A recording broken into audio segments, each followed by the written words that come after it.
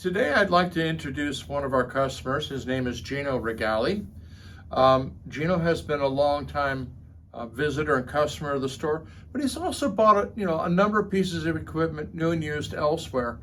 But he's got some really valuable information for those who are trying to sort out their world of what speaker to buy. Gino says it so well, I'd like you to listen to him. Well, first of all, Lou is my friend, and as a friend, you may have a biased opinion about your friends, which is good. So my opinion about speakers in particularly is this. I think that the aim of the speaker should be to have a flat response in the room where it's located. People normally take as a reference the live event, and I frankly disagree with that. The reference should be the master tape at the recording studio, because that is what is meant to be in the source of the information. Any deviation of that, well, the listener may like it or may not like it, but it's not what is meant to be in the source. That leads me to the conclusion that in many cases, when you read the audio impressions of reviewers, you are listening to their opinion of what is good or what is bad, that you may or may not agree. But the commonality should be a flat response mimicking what the master tape was supposed to have. Now, what do you look for when you even look at those reviews? Well, when I look at the review, I look for information. I would like to see what components they have, where are made, the price.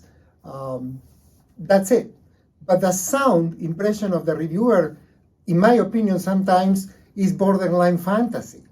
For instance, if you listen to some reviewers and say that that provides an airy response, or that there is too much micro detail, or there is too much over-analyzing, I'm questioning myself why in this planet you want to listen less than was meant to be listened originally.